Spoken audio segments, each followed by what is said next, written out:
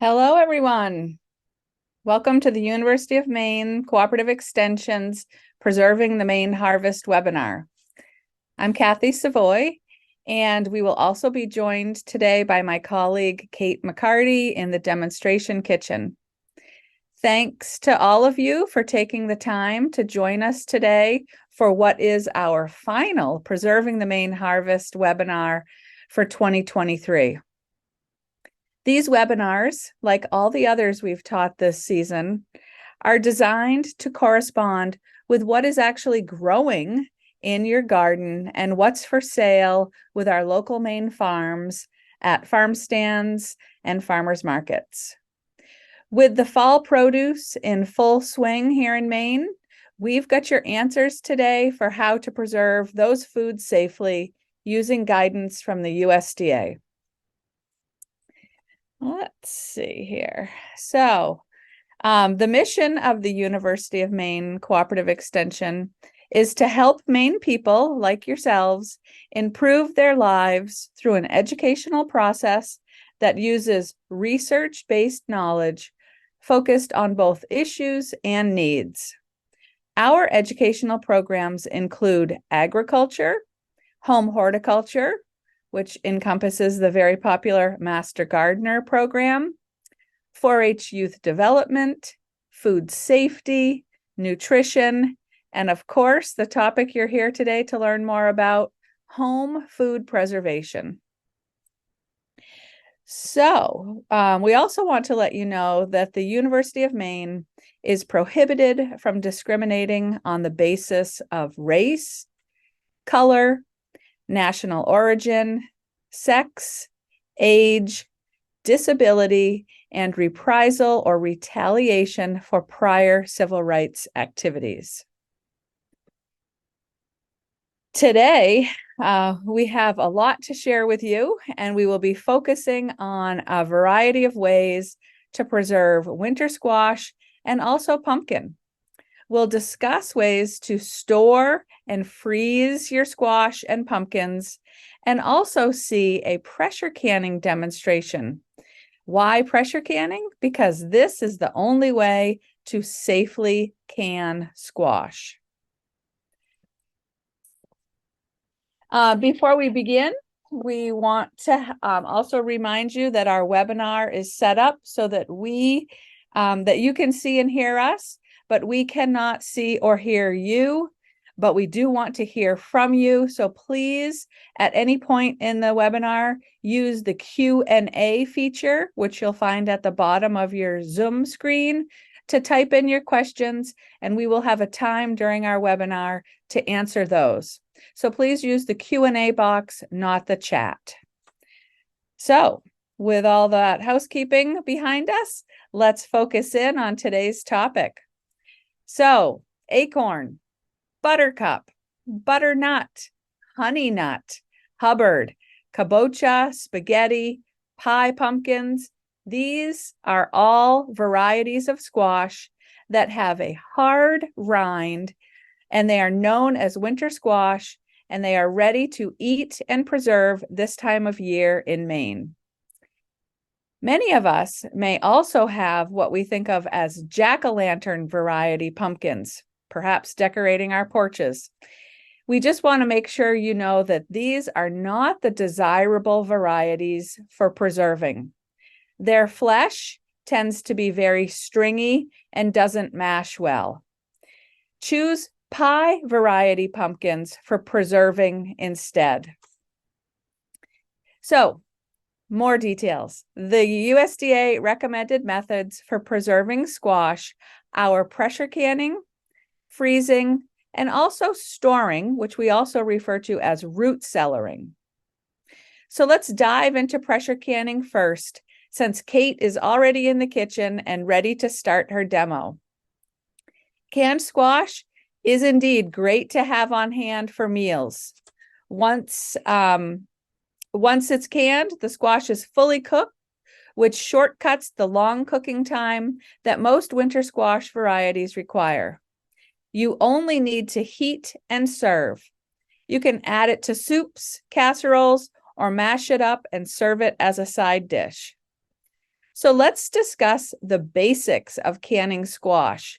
And we're going to start where we start with a lot of the conversations for home food preservation, and that's with the pH chart. So all squash needs to be pressure canned. Squash indeed is a low acid vegetable, meaning it has a pH of above 4.6. So once we work our magic with the pressure canner and create a vacuum seal through that pressure canning process, canned squash is indeed vulnerable to developing the C. botulinum toxin unless it is thoroughly heat treated. So that's where our pressure canner comes in.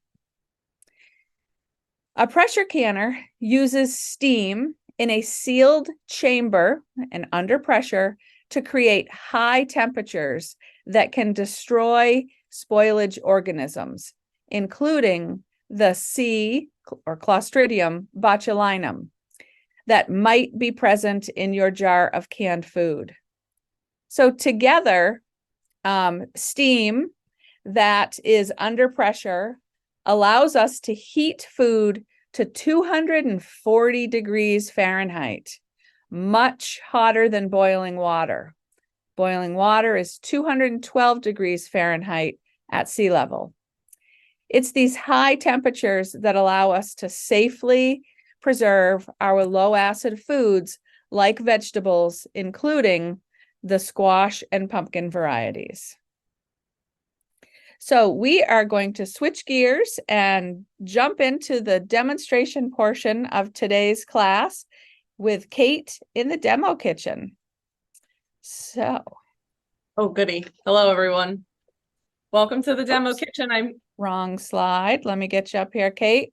Oh, I'm ready. So take it away, Kate. Thanks. Looks good on my end. We need to hear you, Kate. You can't hear me? Can you hear me? Kathy can't, but I'm unmuted. If you can hear me, I guess chime in the chat. Let's see a Q&A. I can hear you. Thanks, Sarah. All right, we are good. So, my squash is ready to be canned. I've done some prep work, and I'm going to walk you through what I did and overview the pressure canner, the squash recipe, and then I will demonstrate. And I'm going to let you know, Kate, we still can't hear you. I think it's just you. Participants can't hear me. Hold on. Please hold while we manage this technical issue. All right, let's double check. I can hear you. I can hear you. Yep. All right. We got a bunch of people who can hear me. It's just Kathy. That's weird. Okay. Okay. So my squash is ready to be canned. Let me get that off the stove before I launch into my spiel here and inadvertently overcook it. We do not want that. It's going to get cooked for a very long time in this pressure canner, so we want to make sure it's not total mush when it comes out. All right, so the pressure canner I have going here is my 16-quart Presto pressure canner. It is a weighted gauge canner. So it's a stainless steel pot. It's got a rack in the bottom that helps keep the jars off the hot metal surface. Then it's got a specialized lid with a lot of features that help the lid seal onto the canner. So this is just a cool one so that I can show you the features of it because I've got my canner preheating here. So it's got this gasket on the inside that seals the lid onto the jar and allows that pressure to build inside. It's got this vent pipe in the middle that is where the steam comes out and where we apply the pressure regulator when it is time for that step. And then it's got other safety features, the overpressure plug that would blow off if you were to forget about it and fail to manage the heat on it, and a little lock that helps lock the lid onto the canner. And then from the outside shows you when it's popped up that there's pressure built up inside the canner and you should not attempt to remove the lid until this falls. But we'll review all that as we do it in the next 45 minutes, or as much of it as we can in the next 45 minutes. So to that end, I've got 3 quarts of water preheating inside the canner. That's just a few inches in the bottom. So it's different than a boiling water bath canner where you fully submerge your jars full of food in boiling water. We just have a little bit of water in there. So if you're used to boiling water bath canning, it's going to feel a little unusual to be stacking the jars in there in just an inch or two of water. For this particular recipe, I'm using a butternut squash. So I just peeled it and, as according to the recipe instructions, chopped it into 1-inch cubes as best I could. It's kind of hard to cut a round object into cubes, but I did the best I could to really make sure they were 1 inch. And then I pre-cooked it in some boiling water. So I've got my blanched cubes of squash, and I'm going to start filling my jars, which are just pint jars that have been washed up. I used the wide mouth pint, figuring I could probably fit more cubes of squash in there. I think if I weren't doing this for a demo, but doing it for myself, I would use quart jars because a pint doesn't really seem like all that much. The part that deterred me from doing it for the demo is that the quarts are processed for, I have to double check. It was a lot longer than the pint jars. So I went with pints just for the sake of our getting them done in this afternoon here. But I think from a usability standpoint, quarts would be better. So I'm just pre-filling these jars roughly with the cubes of pre-cooked squash. I'll come back and measure the headspace once I've used all the squash up.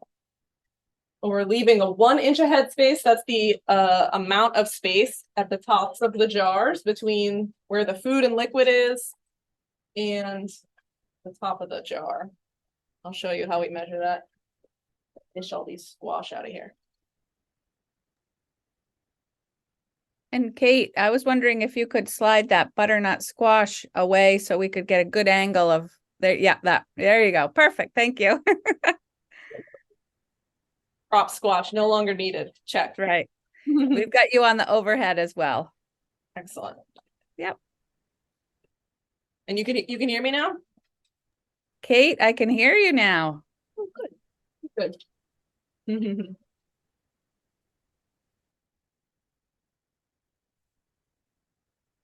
All right, so I got 4 jars of squash out of my 1 butternut that I chopped up. Kind of shaking these down, so we've got 1 inch of headspace. Yeah, which is a lot in a pint jar. So you're gonna say, I'm leaving a lot of space in here, but that is what was required for pressure canning vegetables, is 1 inch. So I'm using my headspace measuring tool. It's got these little notches on it to help me properly make sure I'm leaving 1 inch of space. And now that I'm happy with the solids, I'm gonna come back and top them off with that same cooking liquid I used. This is just plain water. You could choose to add salt to it or not. Salt is just there for flavor when we're canning. The pressure canning, the heat from it is what's applying the safety. So I'm gonna leave mine unsalted, and we'll just season our dish when we are making it, when it comes time to use the squash.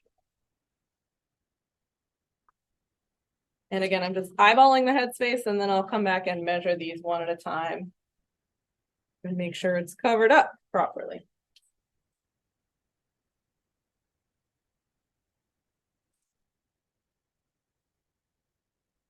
So whenever we're putting something in jars and then applying liquid over it, like I'm doing here, you create the potential for there to be air trapped under the pieces of vegetables. So one step of this will be removing any trapped air bubbles. So once I'm happy with my headspace here on the liquid, I'll come back with the other end of this tool and I'm gonna rearrange all the squash in the jar. Make sure there's no trapped air under the pieces that all the liquid has filled in, because that potentially could cause your jar to break if there's any trapped air in there.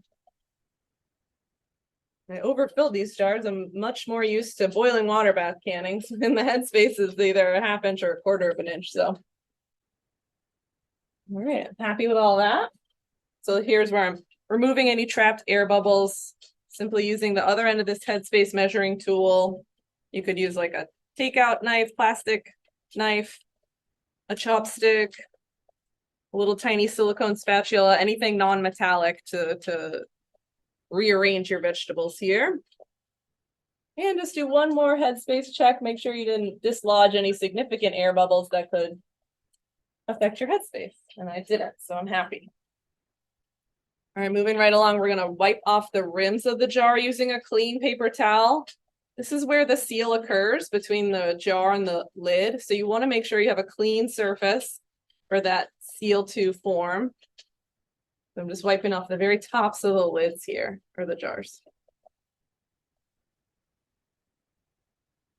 And then I will apply our dome lid one at a time.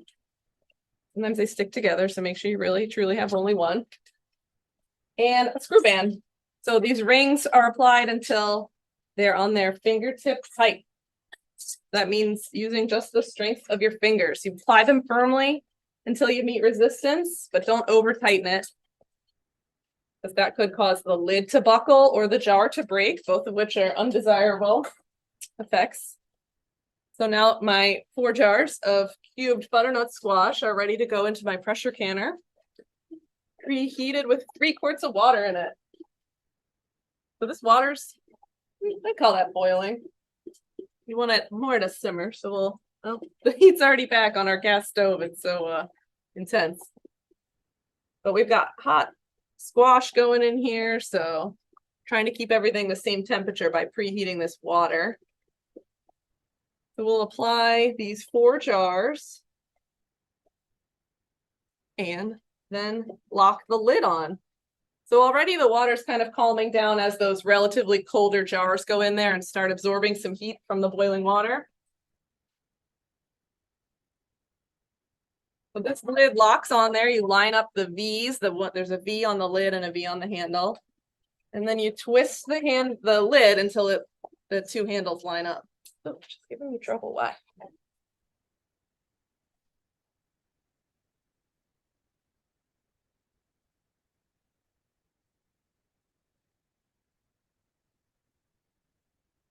Please hold. This fit earlier. I don't know if because it's heated up or something, it's unhappy. I'll try the other lid from the same exact pressure canner. Yeah, there we go. All right, so we got the lid locked on. And right now we're going to wait until the water inside starts to boil and releases steam. The steam is going to come up through the vent pipe that's in the center of the lid. And then we're going to undergo a step called venting. So this is 10 minutes of letting steam, a strong V of steam, come out of the vent port. And that step is essential to the safety of home canning because it allows the chamber inside to be filled with steam rather than a mixture of steam and air. Right now there's air in there. The steam is being produced from the boiling water. So this 10 minutes of venting allows the container to completely fill with steam and give you those high temperatures that you need for safely canning low acid foods. It's got a little bit of steam coming out, but we're really going to wait until we have a robust V of steam, and we'll start a 10-minute timer. And then once that 10 minutes is up is actually when the processing begins. So we will come back to me so that you all can see that step. So I believe Kathy's going to cover some other information about preserving, and I will interrupt her if I need to bring you back to the kitchen so you can see the next step. Great. And I just want to point out, we do have a really good angle on that steam that's coming out of the vent, and you can start to see how it's chugging along. It's not quite that big, steady, robust blast that Kate was referring to. We're getting kind of close, and I'm sure Kate will interrupt us and let us know when she's going to start the processing time. But also I want to point out that Kate, you may have noticed, Kate processed with the cube style of pumpkin. And that is in fact what we want to have. Whoops, and I'm just sharing my screen for you folks. Whoops. That we want to have, that is what's recommended. It's a cube style. So it is a 1-inch cube style. And why not mash the squash? Because that's often how we do use it in a recipe. Well, the short answer is that a recipe for canning mashed squash at home has not been developed. Mashed squash is very thick and it varies in its thickness, and that variability makes it difficult to develop a recipe that is with a consistent canning time that would cover all of those different thicknesses that can occur. So again, the main concern is that the thickness of a pureed or mashed pumpkin would in fact hinder the ability of the heat to penetrate to the core of the jar. This causes a risk for underprocessing. So those are some of the main reasons why we would not want to have it frozen mashed. So the same goes for pumpkin butter. This is a cooked spread of pureed pumpkin with spices like cinnamon, nutmeg, and ginger, and also a sweetener added. A canning process for this thick, low acid product hasn't been developed, so we cannot recommend a safe way to can it at home. Instead, we recommend freezing any of your mashed pumpkin or the pumpkin butters that you may make. So let's jump in and start the techniques for freezing squash. And let's see, I just want to, Kate, are you at that steady stream? I'm thinking about it. Yeah. Okay. It's always so hard to tell. I'm like, is this the strongest it's gonna get? But it looks pretty good. Yeah, I don't see any breaks in the steam. Yeah. And the other thing that I see happening, which you might want to point out to folks with, do you see that? Yep. If you want to talk about that for a minute. The lock. So some water will escape out of the lock. And that's perfectly normal. So it's just another area in which there's a little bit of escape room for the steam. So it's kind of burbling, and as the pressure builds, that little lock will pop up, and it won't have water coming out of it anymore, water or steam or anything. But sometimes it hisses and sputters a little bit, but that's to be expected. So yes, I'll start my 10-minute timer and let you know when that's up so we can apply the pressure regulator. Okay. That's always fun to do together. So let's continue the conversation with related to freezing of pumpkin, because again, that is what we recommend if you have a mashed pumpkin or squash product or a pumpkin butter. So let's discuss these techniques for freezing squash to deliver what you want to ultimately have, which is a high quality product that you can use throughout our long Maine winter. So freezing squash is indeed super simple. You can cook the squash by whatever your favorite technique is. That may be boiling, that may be steaming, that may be roasting. And then you're going to go ahead and remove the flesh from the rind and mash it. Portion the mashed squash into freezer grade containers. And I always like to preface that you want to freeze that in the portion size that you're going to commonly use. So if you plan to use that in a, let's say, pumpkin chocolate chip recipe, which just might be one of my kids' favorite recipe, I know that the recipe calls for 1 cup of pumpkin. So I'm going to freeze it in 1 cup, in a 1 cup volume. Or I might plan to use it in a 2 cup pumpkin bread recipe. So again, make sure you freeze it in the portion that you want to use, and get those into the freezer grade containers like rigid plastic containers or even a wide mouth pint jar. Leave about 1 inch of headspace to allow for that expansion that we know always happens when we freeze foods. And then remember to label it and date your container. And that label should also include the portion amount that it is in, 1 cup, 2 cup, 4 cups, whatever it is, because it's always pretty easy to forget what's in those freezer containers after a few months. The recommended window of time to use your frozen pumpkin or squash product is within 8 to 12 months for best quality. So it's not a safety issue. It is indeed for best quality. So we're going to keep on here until Kate interrupts me. But whole winter squash also store well. And I'll admit, this is what I do with my winter squash. What people commonly refer to as root cellaring. The idea behind root cellaring is to provide the optimum temperature and humidity level for the produce that you're trying to store. This will ultimately help to extend its quality over a longer period of time. Squash like it to be a cool environment, That's 50 to 60 degrees Fahrenheit, and also a dry environment. So not a lot of humidity, about 60% humidity if you're following along your root storage areas to track the humidity levels. You can easily create this sort of a storage environment in a very dry basement or an unheated room. These are ideal places to store winter squash. I had a unheated area of my house where I would store my squash. They did very well in that space. So again, it's cool, 50 to 60 degrees, and relatively low humidity. If you grow the squash yourself, be sure to cure it before you store it. The curing process hardens the rind and will ultimately help to prevent rot during storage.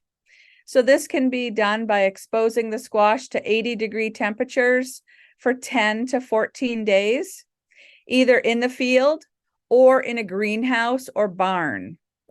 In the right conditions, you can have squash that will last up to 3 months after harvesting in those good environments that they like. So let's head back to the demo kitchen and see what Kate's got happening with her pressure canner. So we're still in the venting stage. We have 5 minutes remaining of that. And I just want to tell you about the different types of pressure regulators. So far what we've done is going to be the same. The process that I've showed you is the same for any type of food that you're processing. The headspace will be the same. It'll be 1 inch for all low acid products. The 3 quarts of water in this particular model is the same. And then the venting stage is the same.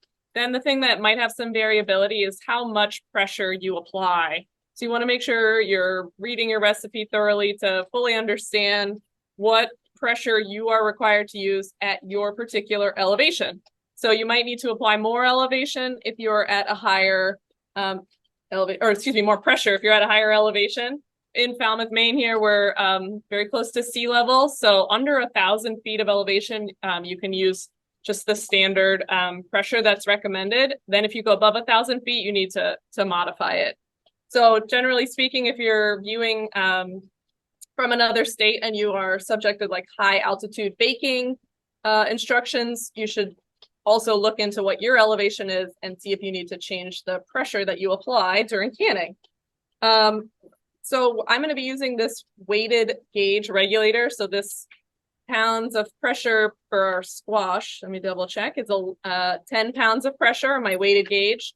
So the different types of pressure correspond to these little weights. This post by itself is 5 pounds of pressure. Then we add a little ring over the top of the post, which makes it 10 pounds. And if you add the second ring, it becomes 15 pounds. So you just create your little setup. I've got, again, 10 pounds. So I've got the post plus 1 ring. And we'll be applying that over the vent pipe where the steam is coming out in 3 minutes. The other style of pressure canning regulators is called a dial gauge. So I've got one here. This would be fixed on the lid as well. And it would also have a little weight that you'll close up the vent pipe with. But the way that you regulate the pressure is through this needle on the readout on the dial. So the equivalent for a dial gauge canner is 11 pounds of pressure for our squash cubes here. So once the venting is done, I would put that weight that closes the vent pipe on, and I'd watch the needle begin to rise. So it would climb through 5 pounds, 7, 8, and I would start to turn the heat back on my canner because I want it to even out at a steady 11 pounds. You don't want it to shoot past it as it's heating.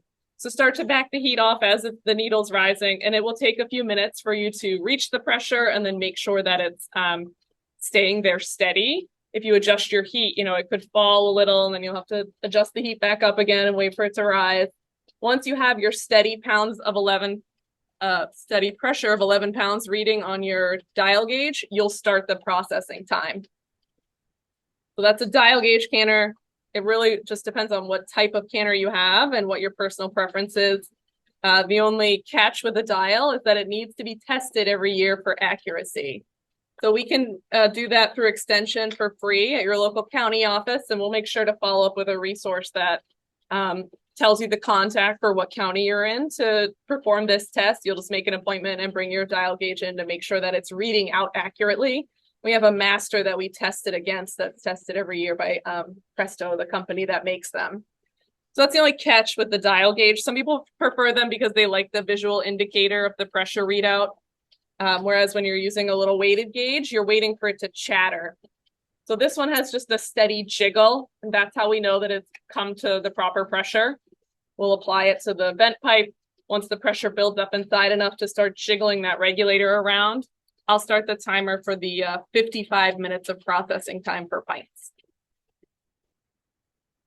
Happening in a minute.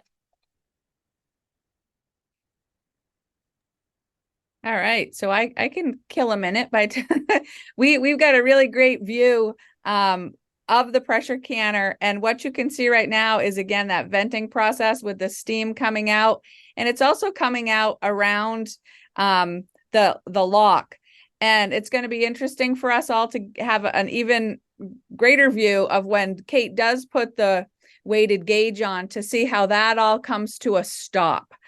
So it's interesting to get to see sort of the science behind how that pressure canner works, and also what's normal. So what you should be, what you should expect to see when you're using your pressure canner. I know in the classes I teach, a lot of people express that they don't have much experience working with a pressure canner. So I think that's what's great about these webinars is people can see what's expected by watching this video in the demo kitchen. It's time. All right. I always tell people this is the scariest part of pressure canning, because when you push this through the steam, it's going to make a hiss. And if you're at all a little jumpy about the process, it might give you a little jump scare when it makes that noise. But you just put the weight over the vent pipe and cover it up.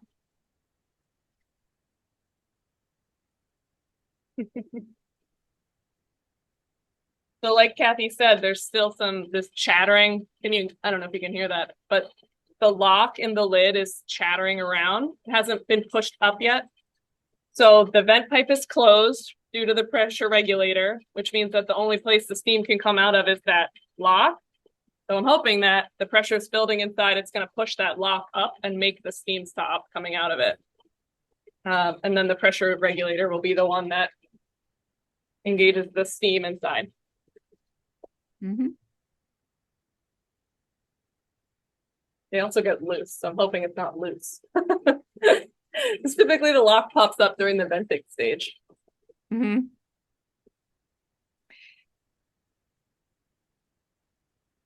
So I can continue on, and if you want, we can come back to you when that does happen. So I just want to address one question that came in on the Q&A box, and that was someone questioning the temperature around curing winter squash and that 80 degrees temperature. And that is the temperature that is recommended, and that is why so many people will use their greenhouse as a means for curing that winter squash, because they're still going to be able to build up that temperature even in Maine in the fall in a greenhouse. So that becomes a good temperature to cure them at. So I'm going to continue on, Kate. Is that all right, or do you want us to stay here? Still waiting for the lock to stop chattering to pop up. So, okay. Still waiting in a holding pattern. All right. So I can continue on and tell you about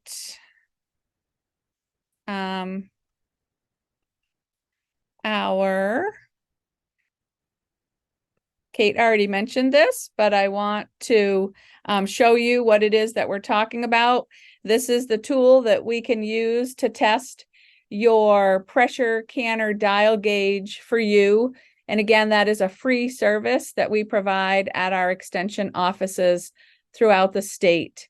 And we'll send you the web page that you would check to identify who is the contact person in your area so that you can contact them and make an appointment. So the nature of Cooperative Extension for folks like Kate and I is that we are oftentimes out teaching classes in the evenings, on the weekends. So we're not always in the office during the regular 8 to 4:30 hours. So please make sure and schedule an appointment with the person who is your contact in your area to get your dial gauge tested. And again, a free service.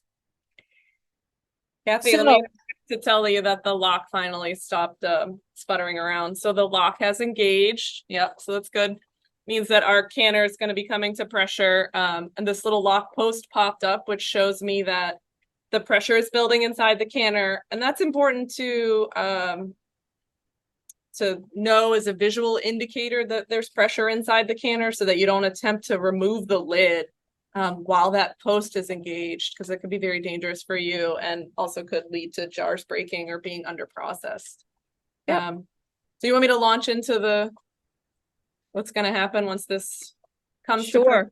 Yeah. Yeah. And it's always nice, I think, to let people know that, because both you and I, Kate, have had people ask about, really old pressure canners. Can I continue to use them? It's my grandmother's. It's, and I've seen things from 1950s, 1960s, even 1970s. And, I encourage people to know that pressure canners have changed over time.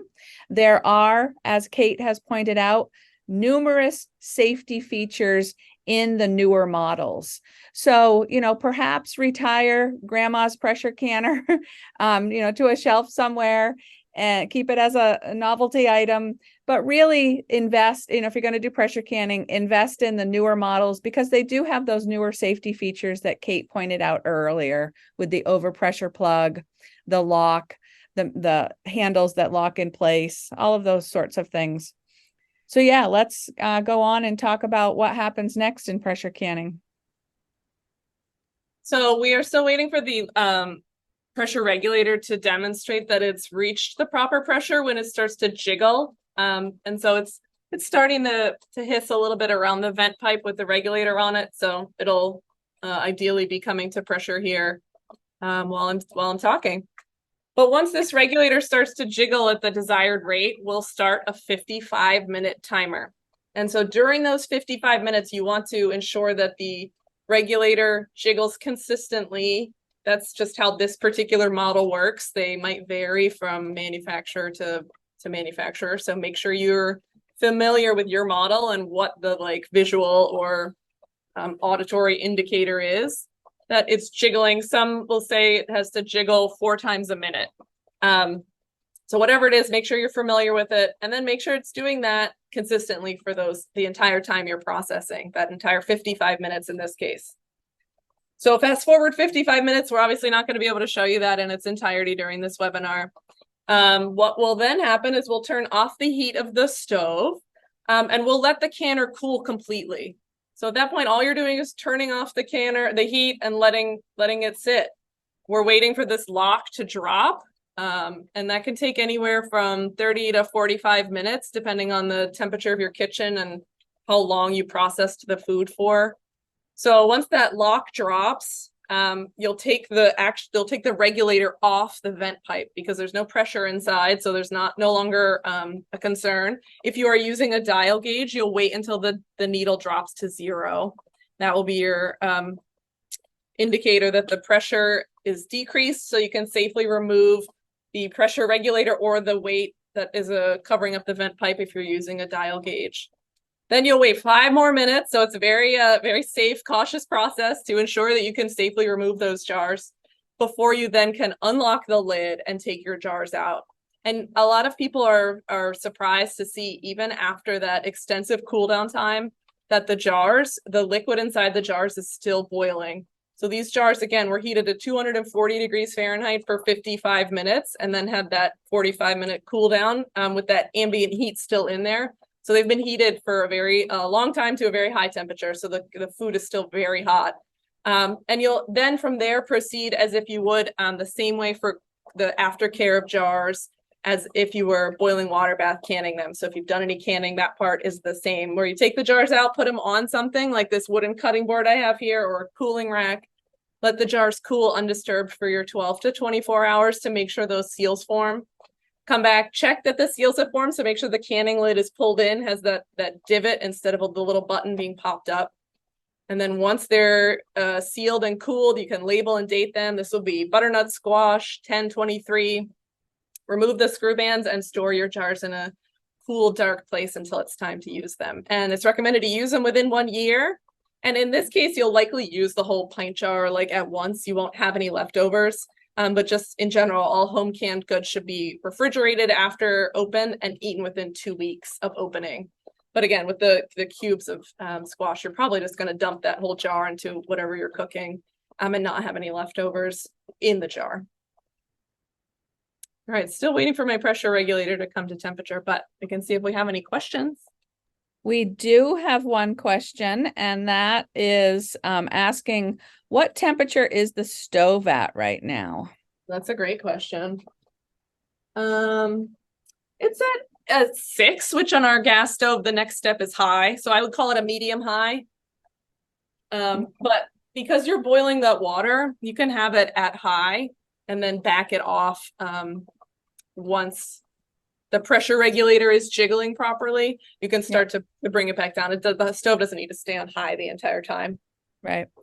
So do you have it on high now? Yeah. Okay. All right. Good. Full bore on our gas stove. Yeah. So there's a difference, as we all know, between a gas and an electric stove. And, I know when I do pressure canning at home and I am using my gas burner, I've done enough with my stove and with my own canner to know exactly what I'm going to put it at first, which is indeed high.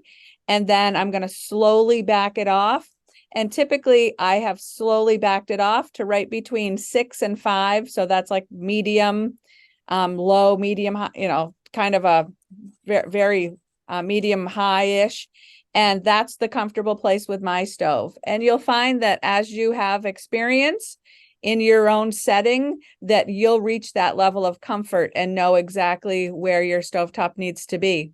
And Kate, I think I'm starting to see a jiggle. Yeah, exactly. So just in time for the almost end of our webinar, we've got this jiggling. So we'll start our 55-minute timer. And I'm going to actually end my phone demo so that I can use my phone as the timer. So sorry to the camera so you don't get vertigo. And like Kate said, it's very important to know your pressure regulator and what is expected to for the sound or the noise or what it's doing to know that it is at pressure. And this style pressure canner likes to have the continuous jiggle. And that's what we're seeing here. And that's why Kate has started the time for processing. And then she's also going to, like we said, slowly back that down to maintain just a slow, steady jiggle. So we've got just 2 minutes left in our webinar, and I'd like to let folks continue to see the jiggle. I think folks would like to understand more about the pressure canner. And then I will you can see that, and I'll share my screen. And let's see. We have already talked about that. We've talked about, these are some resources that you will get at the after our webinar is over. And know that we've selected these because they do correspond with the topic that we've talked about today. So there's 2 pages of resources that will be coming your way via the email that you use to sign into our class. And I did see there was one more question that got put in the box. So I want to see if, please review the steps once the 55 minutes is done. So Kate, do you want to tackle that in our last minute that we've got? Yeah. So in 55 minutes, I'll simply turn off the heat of the stove and I'll just leave the pot as is until I see the lock drop. You can also, sometimes you'll hear it. It'll make a little click as it falls. And so that means that the canner has cooled enough that I can take the regulator off. So the thing that I put on in the middle, I'll just take it off and let it sit like that for an additional 5 minutes. And then you can twist the lid off, take the jars out, and let the jars cool outside the canner. I will say it is important to take the jars out as soon as the canner cools and you can access them safely. You know, we've heard stories of some people are canning at night and they say, well, this, you know, the timing is up. I'm just going to go to bed and let it cool overnight and get the jars out in the morning. But that's not recommended. That long, slow cool in the canner can produce unwanted flavors in your food inside the jars. And it can create a safety concern as well. So it is important to get the jars out as soon as safely possible after the canner naturally cools. I think that's everything. All right. Yeah. And those steps will also be highlighted in the resources that we send you today. And I just want to make sure that everybody hears this last bit of our last webinar of 2023. And that is that we do include the evaluation and the certificate of attendance. And if you do complete that evaluation and provide your US mailing address, we will send you a free Headspace tool, which you saw Kate use in canning the squash today. And then also you'll be entered into a raffle. This is new this year. We're going to randomly select 6 winners of the people who have attended our webinars in 2023. And each of those 6 winners will receive a $20 Hannaford gift card. So please take the time to fill that out. We want to make sure that you're one of those 6 people. And this is our last topic for this year. We've had a great time delivering these series, and we are certainly planning topics for future webinars, so stay tuned. So thank you again for joining us, and we hope that you have a happy, healthy, safe winter, enjoying your home preserved foods. So thank you. Bye, everyone. Thanks.